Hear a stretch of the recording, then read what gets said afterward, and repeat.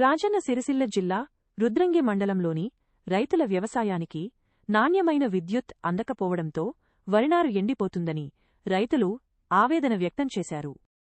ఓవైపు వర్షాలు లేక పంటలు వెనకబడ్డాయని ఉన్నా నీటితో పంటలు వేద్దామనుకుంటే విద్యుత్ కోతలు ఎక్కువయ్యాయని అన్నారు.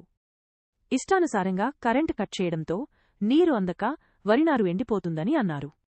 కరెంటు ఎందుకు కట్ చేస్తున్నారని సబ్స్టేషన్ ఆపరేటర్ను ఫోన్ ద్వారా రైతు అడుగగా పైనుండి మెసేజ్ వస్తేనే కరెంటు వేస్తానని, లేదంటే కరెంటు వేయనని చెప్పడంతో రైతులు ఆగ్రహం వ్యక్తం చేశారు.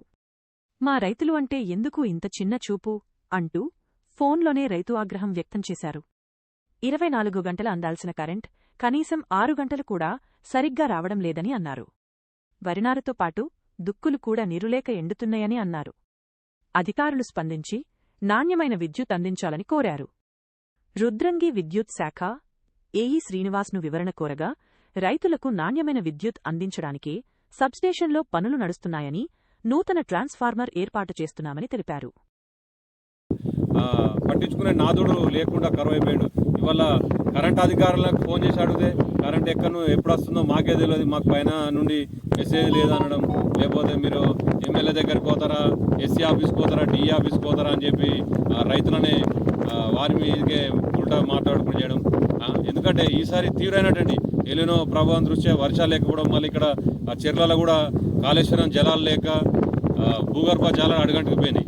ఇవాళ ఉన్న కనీసం కొద్దిగా ఉన్నటువంటి నారుమడి పారించుకొని కొద్దిగా వేసుకుందామని చెప్పి రైతులు కొంతవరకు దున్నేటువంటి మళ్ళు కూడా ఇవాళ కరెంట్ లేక పూర్తి స్థాయిలో ఎండిపోవడం జరిగింది.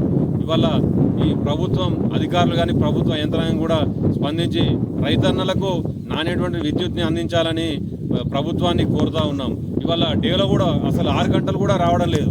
ఎందుకంటే ప్రతిరోజు ఆ విద్యుత్ అధికారులు అడిగితే ఇవాళ మెయింటెనెన్స్ ఉందనడు, లేకపోతే సబ్స్టేషన్లో రిపేర్ చేస్తున్నాం, ఇది చేస్తున్నాం, వారం రోజుల నుంచి ఇదే వాళ్ళు చెప్తా ఉన్నారు. కానీ ఇవాళ కనీసం 6 గంటల కరెంటు కూడా దిక్కు లేదు ఇవాళ ఈ ప్రభుత్వంలో. మరి ఇవాళ ఇప్పుడైనా కానీ స్పందించి గౌరవ ఎమ్మెల్యే గారు కూడా స్పందించి ఈ కరెంటు సమస్యలపై వెంటనే అధికారులతోటి విన్నవించి రైతన్నలకు నాణ్యమైన విద్యుత్ అందించాలని రైతన్నల పక్షాన కోరుతా ఉన్నాం.